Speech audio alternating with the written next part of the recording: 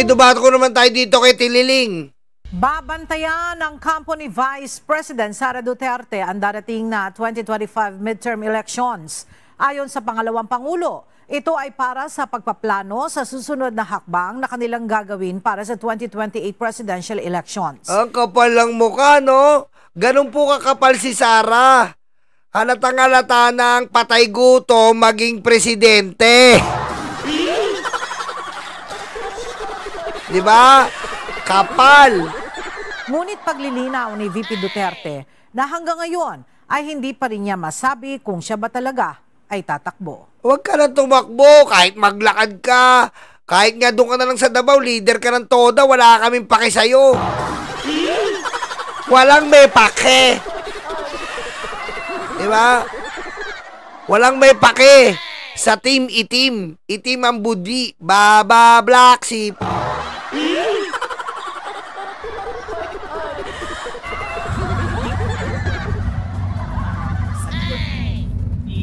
Subukan natin pagkatapos ng eleksyon, pagkatapos namin mag-assess. Kita nyo, pagkatapos ng eleksyon. Kasi pag nanalo po, alimbawa, sinuwerte, nanalo yung mga PDP niya, yung padapa. Oh, magkakaano na yan, magkakasungay na siya. Ayun naman po talaga ang mangyayari dyan eh. Magkakasungay na si Sara kasi makokontrol na nila yung Senado. Kasi nga po, pag nagboto kayo ng PDP na senador, wala pong gagawin niya kundi pagtanggol yung Duterte. Tandaan nyo, halimbawa po, bibigyan ko kayo ng sample. Halimbawa, napakabobo ng Pilipino. Halimbawa, yung Pilipino sobrang bobo. Ipinanalo ang Duterte. O yung Duterte, o yung mga senador na may uten dito. Diba? Anong gagawin ng Duterte? Sige nga, anong gagawin ng Duterte? Mag-ain niya na mag-ain ng bill. Mag-ain niya na mag-ain ng hearing. Yan po ang gagawin yan. Hearing ni Amy, hearing ng Duterte. Puro hearing yan. Puro petisyon. Petisyon na ibalik si Duterte. Petisyon para sa lahat po yan. Lalo pong magiging magulo ang bansa. Lalo po tayo magiging labo-labo. Kasi po, ang gagawin nila ay lahat ay pabor sa Duterte. Ganun lang yun. Walang plataforma. Anong plataforma? Wala. Ang plataforma nila, ibalik si Duterte, protektahan si Sara. May nabanggit bang plataforma? Binabanggit ni Tito Soto, binabanggit ni Lacson, yung mga pinapakita ko sa inyo. Oh. Anong plataforma ni Manny Pacquiao? Bigyan ng bayan, tiga Pampanga. Anong plataforma ni Tito Soto? Hindi lang doktor ang maging libre. Kasi doktor, pag magdodoktor ka, libre ka kay Tito Soto. Anong plataforma ni Tolentino?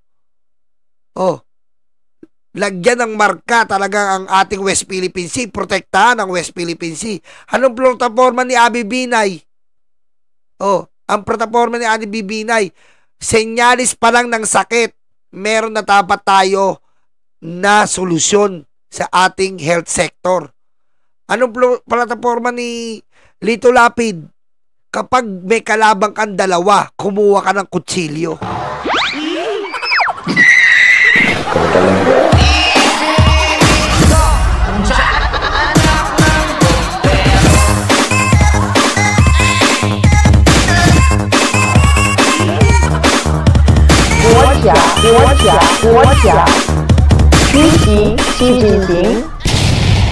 O, joke lang po yun ha. Alyansa, joke lang po yun. Hindi, katuwaan lang po. May lapidlo. Oh. May lapidlo. Pag wala kang abogado, nandyan ang lapidlo. At siyempre, anong plataforma ni Abalos? Kahit nasa ilalim ka ng lupa, kahit ikaw ang reyna ng mga sindikato, kahit ikaw ang anak ng Diyos,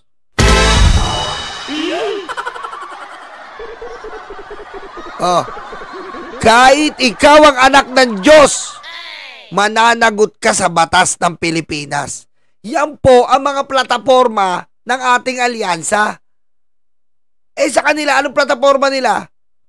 Kinulong nila si Presidente Duterte.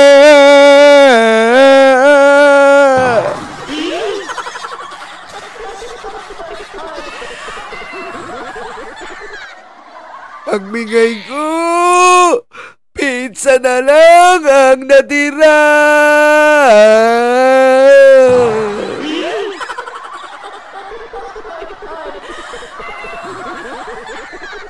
Walang tsinela si Tatay Digong.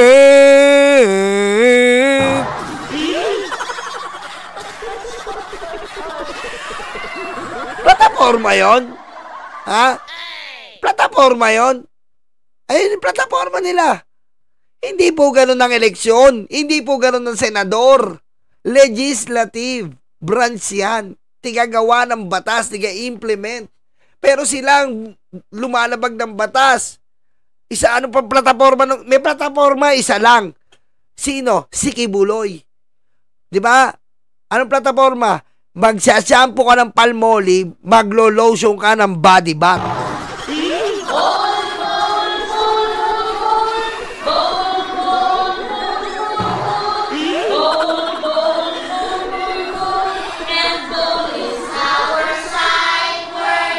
Yan po ang mga plataforma nila. Tapos sasabihin mo, Duterten ka? Ang mga senador na may uten?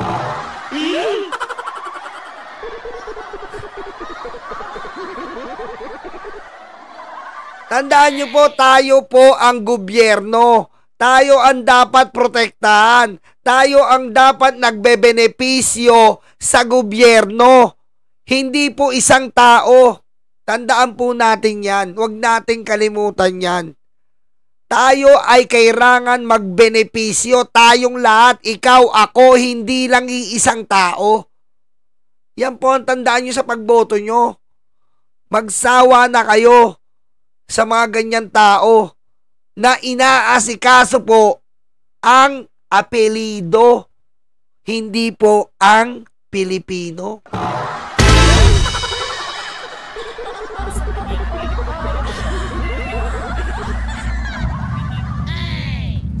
Think of a strategy para sa susunod na eleksyon. And itong 2025 election ang pinaka malapit na election sa 2020 na pwedeng pag-aralan. Tamo, kapal na mukha, plano pa. Nagnakaw na, plano pang tumakbo. O ito, pinanood niya si Iyot Man. O, tingnan natin ang ano niya. Tingnan natin ang comment niya nung napanood niya si Iyot Man.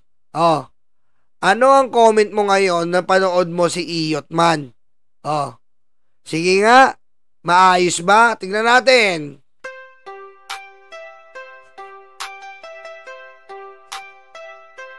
Nagalit si Pulong sa babae tulong. Nagwala o siya'y nagwala. May bago po palang dance step ang Iyot Man. Mada-download nyo po yan. Ito po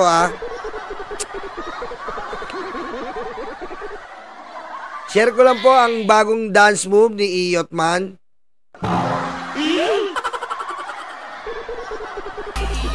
Ang title po nito ay Iyot Man in the Club. Ito po, Iyot Man in the Club.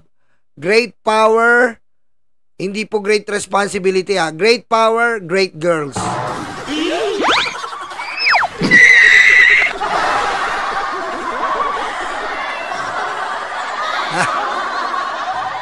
Ayan po Iyot Man in the club.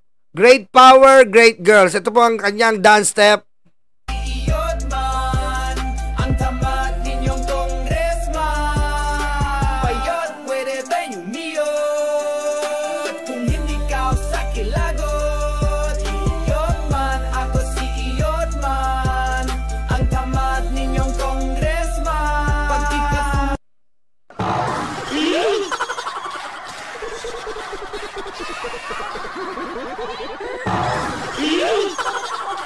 Tama, tama.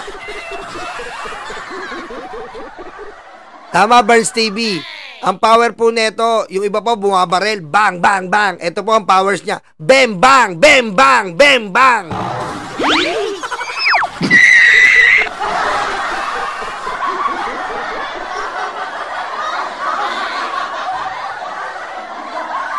Dahil po kasi nagtatanong ano bang powers ni Iyot Man? Bem, bang, bem, bang. Yan po ang powers niya. Bem, bang.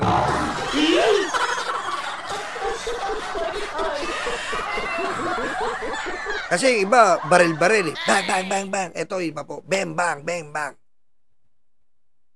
Napanood na ni Vice President Sara Duterte ang bahagi ng CCTV footage kung saan nasangkot sa isang gulo ang kapatid na si Davao City Representative Paulo Pulong Duterte. Naging viral ang video kasunod ng ulat ng inihaing reklamong pananakit at matinding pagbabanta laban sa kongresista. Bagaman pinapa-authenticate pa ni Congressman Pulong ang video para kay VP Sara, mainam na ring lumabas ang footage bago ang midterm elections sa May 12. So, maganda nang lumabas siya ngayon para nakakamag-desisyon na ang mga butante. Makakapag-desisyon talaga, wala na yung kapatid mo. Asa ka pa? Asa ka pa? Wala na yung kapatid mo. Manyakol. Papa-authenticate pa? Ano kayo? Ano papa-authenticate nyo doon? Ano papa-authenticate nyo? Mamaya i-react natin yung second floor story. Gumaganong-ganong pa yung kapatid mo, papa-authenticate mo pa? Ha? Kita-kita sa video, gumaganong-ganon yung kapatid mo.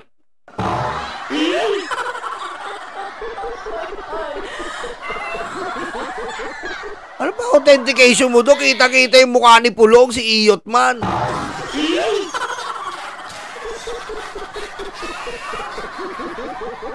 Sino ba talaga ang pinili na kandidato? Sa kabila nito, muling iginiit ng pangalawang Pangulo na bahagi ito ng pagpapabagsak sa kanilang pamilya ng PBBM Kita mo, napaka-abnormal pagpapabagsak ang putik.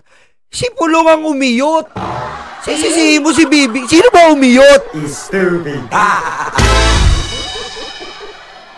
Sara, ano ka ba talaga? Sabog ka ba o praning? Si Pulong ang umiyot.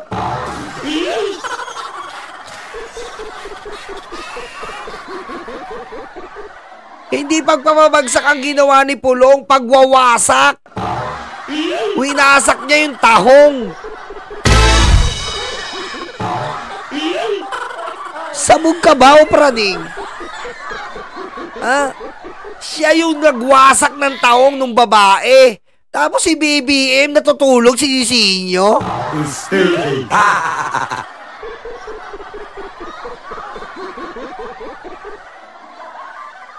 Si Iyot Man ang iniyot ng iniyot. Kita mo yung babae, gumaganon pa yung pinatututok niya pa yung puwet niya doon kay Iyot Man eh. Umasayaw pa si Iyot Man, umaganon pa si Iyot Man oh. Tapos si BBM si mo, tanga ka ba Sara? Ha? Administration. Ang mga abogado na anya ng kanyang kapatid ang bahala sa reklamong kinakaharap nito.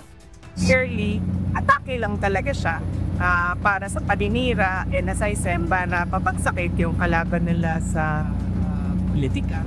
Samantala, hindi naman sang-ayon ng isang House Assistant Majority Leader sa paniniwalang ito Saka makakita nun, no? Halimbawa, umiyot ka, tapos sisihin mo. Sisihin mo, kasalanan to ng ano eh. Diba? Umiyot ka eh. Umiyot ka. Nahuli ka ng asawa mo ngayon. Oh, sino yan? Hindi ko alam yung kasalanan to ni yung pinsan ko eh. Bakit? Paninira to. Paninira talaga to. Anong paninira? Kita-kita ka na nag-iiyutan kayo dyan. Paninira to. Hindi to dapat nangyayari. Bakit nandito ako? Ba't ko naiyot to? Ba't ko naiyot to? Paninira to.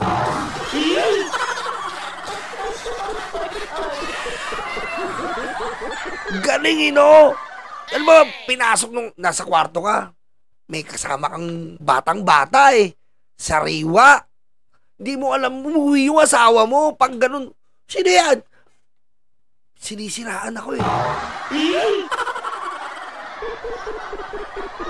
Sinisiraan ako. Ano? Ano sinisiraan? Kita-kita mo, nakapatok. Sinisira. Pinaiyot sa akin to para siraan ako.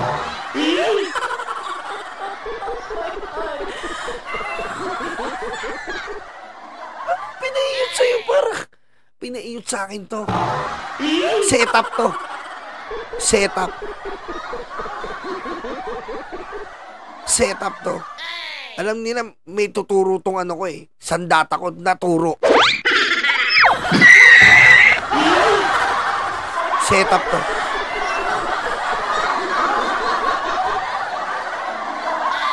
Setup to eh. Alam nila yung weakness ng kargada ko eh. Alam nila yung weakness nito eh. Setup to. Setup ka lang, love. Oo, setup to. Paninira to sa pamilya natin. Gusto nilang maging broken family tayo. Kita mo? Ito nangyari, oh. Kita mo? Ayan, oh. Setup to. Magbihis ka na nga! Gaganunin mo ba? Magbihis ka na nga! Naninira kayo ng pamilya, eh. Bihis ka na! Abnormal? Abnormal to si Sarah eh. Sara, ayon kay Lanao del Sur 1st District Representative Sia Alonto Adjong, hindi pa mumulitika ang paghingi ng pananagutan sa isang public official na nasasangkot sa matitinding kontrobersya. Para sa palagay ko, it's yun yung naging default reaction ni Vice President Sara whenever there's an incident involving her and some... Sabi ko nga sa inyo, ang mga Duterte, protector ng mga manyakis. Ganyan na nangyari kay Kibuloy. Ganyan na nangyari kay Kibuloy. Pinuntahan pa ni Sara. Pinuntahan pa ni Sara saan? Yung anniversary, pinuntahan pa. Sinisiraan si Kibuloy. Pero ilan lang naiyot ni Kibuloy? Oh, menor de edad.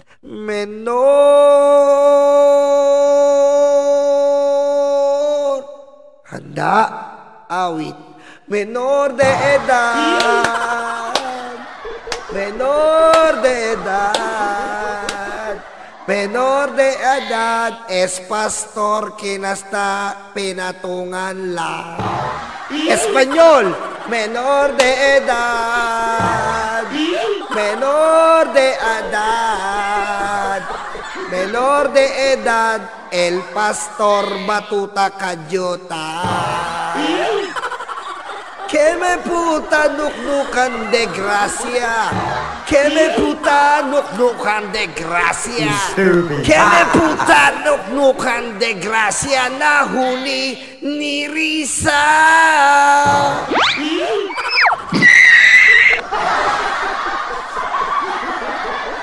Ikaw talaga.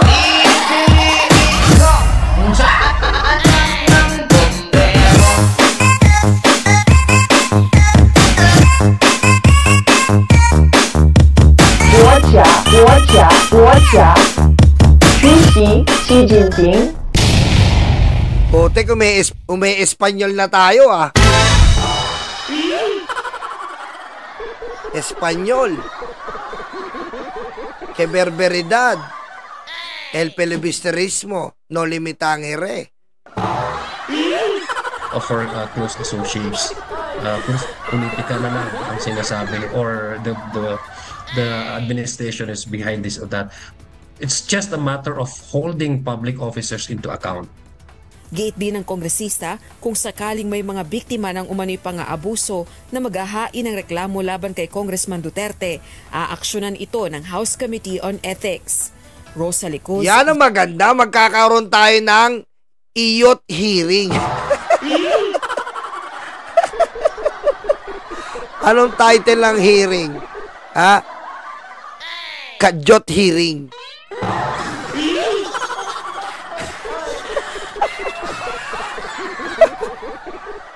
Ano na naman yung sinasabi nyo? Kadyot, ibig sabihin, mabilisang hearing yon. Kasi nga, ano to isolated case.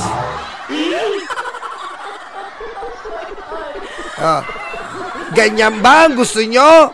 Tapos nagpaplano siya, 2028, konsentidora, impactita, demonyita. Ha? Dito tayo, sama na natin to. Mabigat ang patutsada at diretsyong akusasyon. Ayon kay Vice President Sara Duterte, mas mabangis daw ang kasalukuyang gobyerno at dapat daw panagutin mismo si PBBM. Biro mo, mas mabangis daw. Ha? Mas mabangis daw po ang kasalukuyang gobyerno. Ay putek ko, lakas ng tama. Di ba? Lakas! Sara, gumising ka, tanga. Dito walang namamatay. Sa panahon ng tatay mo, konting galaw, patay. Pantalang pagkakakulong ng kanyang ama sa ICC. Yan ang agenda report ni Hannah T. Matindi yung laban, Mayor. Kasi mas demonyo yung administration ngayon. Hala! Mas demonyo daw yung administrasyon ngayon. Wow!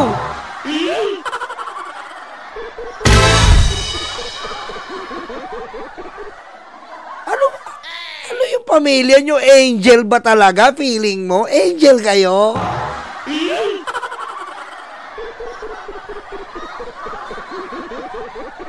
Mas demonyo daw ngayon. Wow! May halo kayo lahat? Lupit! Mas talaga ng tama nito, no? Mas demonyo daw ngayon, no? Lakas ng tama na. Saan kaya kumukuha ng ano to? Saan kaya kumukuha to? Ano kayang ginagamit nito, no? Rugby kaya?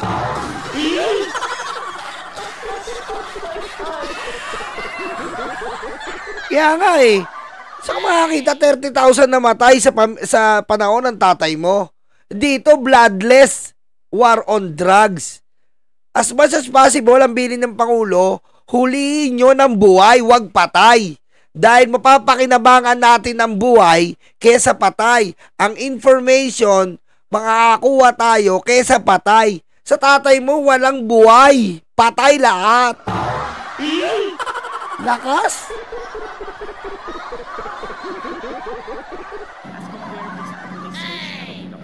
Ito ang matinding patama ni Vice President Sara Duterte sa Marcos administration, kasunod ng mga pinagdadaanan ng kanyang pamilya ngayon. Diretso na ring sinabi ni VP Sara na dapat makasuhan si Pangulong Bongbong Marcos dahil di raw makukulong ang kanyang amang si FPRRD sa ICC. Yan na. Makasuhan si Bongbong Marcos. Kinaumagaan, dumiretso kagad si Kardamit. Ayan na. Akala naman neto mga to, baguhan tayo sa propaganda nila. Akala yata ng mga Duterte, baguhan tayo sa propaganda nila. Kakabanggit lang, dapat kasuhan. Kumilos na kagad yung mag-asawang Kardamit.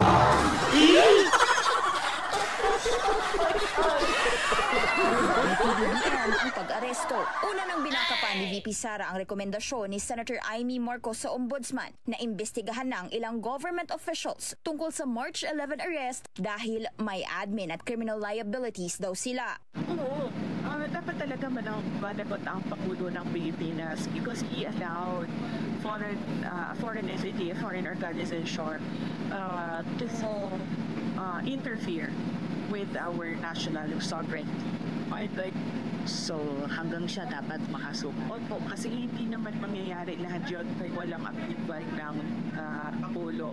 Tinawag pa nitong desperado ang administrasyon. Naisip ko yan na hindi talaga titigil hanggang hindi ako makulong or mga side. Yun na lang naman talaga ang dalawang hindi pa din na nagagawa sa kayo. Naku, pahawa effect pa ang impacta. Hindi bagay sa'yo. Pahawa effect pa. Alam mo, Sara, hindi lang si BBM may gusto mawala ka sa pwesto. Lahat kami. Lahat kami. Gusto ka namin mawala sa pwesto. Magnanakaw ka.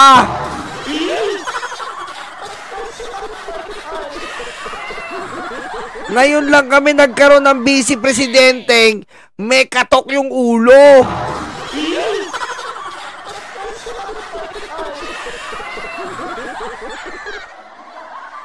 Diba? Buti pa yung makina ng kotse. Pag kumatok yung makina, patay na, tahimik. Ikaw, may katok ka eh. Ang ingay mo.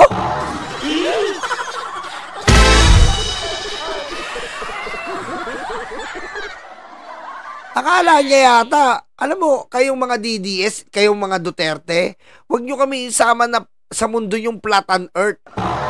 Ha? Si Banat Bay, yung mga number 1 mong vlogger, putek ko, kita-kita na sa CCTV. Hindi daw si Pulong yun. Grabe, no? Ang galing. Ang galing, no? Sabi ni Banat Bay, oh, alam mo, paano gagawin ni Pulong to, no? Paano gagawin ni Pulong to? Nang una, Duterte siya. Mainit na siya sa Pangulo. Tanga eh, no? Hindi daw si Pulong yun. Banat Bayang kalibugan, kalibugan. Nasa dugo nila yan. Kaya pag umatake, yung kalibugan ng mga Duterte, walang pinipiling, ano yan, walang pinipiling lugar. Eh, yung katulungan, nanahimik, pininggir eh.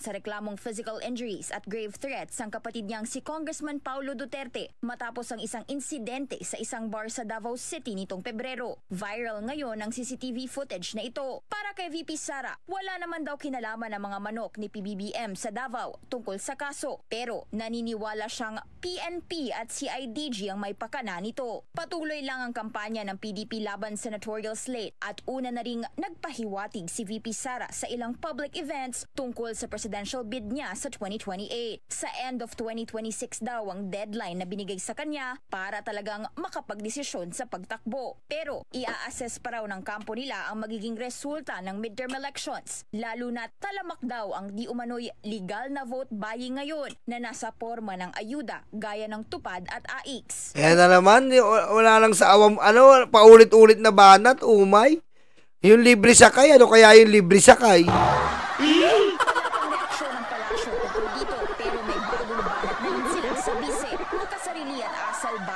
Si VP Sara ayon kay Palace Press Officer Undersecretary Claire Castro kasunod ng umano'y non-cooperation niya sa administrasyon para mapababa ang presyo ng bigas.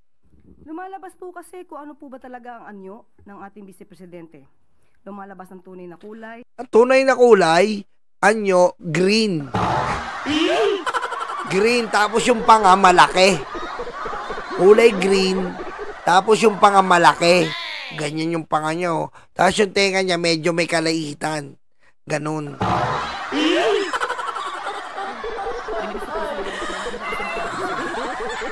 Sa pag-ano na, hindi ba na po naiisip ng Vice Presidente ang kapakanan ng taong bayan? Yes. Lalo na po yung iba ay nahihirapang bumili ng bigas kahit na nga po mababa ang presyo na. Ang paglilingkod sa bayan, di raw laro at ang gobyerno ay hindi playground. Tama! Hindi naman laro yung gobyerno. Parang pinaglalaroan niya kung ano mapagtripan niya sabihin.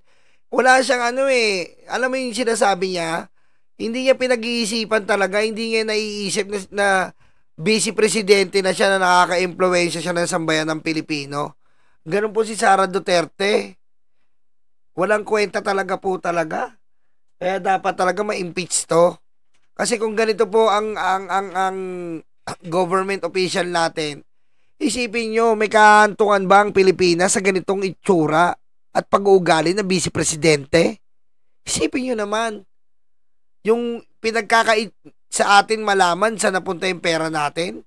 Anong klase ba namang buhay natin na yan? Kaya mag-isip-isip po tayo. Diba? Nakasalalay po sa mga boto nyo, nakasalalay sa mga boto po ninyo ang kainat na ng bansa. So kung iboboto nyo po ay ang maglilingkod sa Pilipino, mas okay po yun. Pero kung ang iboboto nyo po ay maglilingkod lamang para sa isang apelido, wala na po. Magpaalam na kayo sa Pilipinas dahil wala nang mangyayari sa Pilipinas.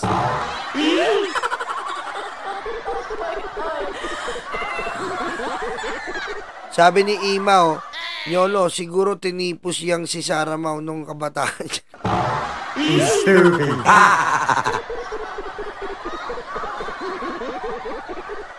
Hindi, ano to, si Sara to, siguro nung bata to, na mali ng painom ng nanay niya dito. Pinainom to kagad ng diatabs. Mataas yung lagnat, di ba? Mataas yung lagnat ni Sara Pinainom kagad ng diatabs. Yun. Kaya lahat ng tinae ng tinae.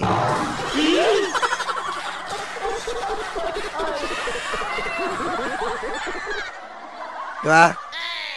Kami ang bumbero ng Pilipinas, mga bayaning tagapagligtas. Ang paglilingkod sa amin ay likas. Ang bumbero ng Pilipinas, kami ang bumbero ng Pilipinas, mga bayaning tagapagligtas. Ang paglilingkod sa amin ay likas. Ang bumbero ng Pilipinas, ang bumbero ng Pilipinas, ang bumbero ng Pilipinas, ang bumbero ng Pilipinas, ang bumbero ng Pilipinas.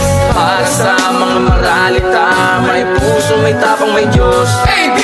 Para sa mga maralita, may puso, may tapang, may Diyos. Para sa mga maralita, may puso, may tapang, may Diyos.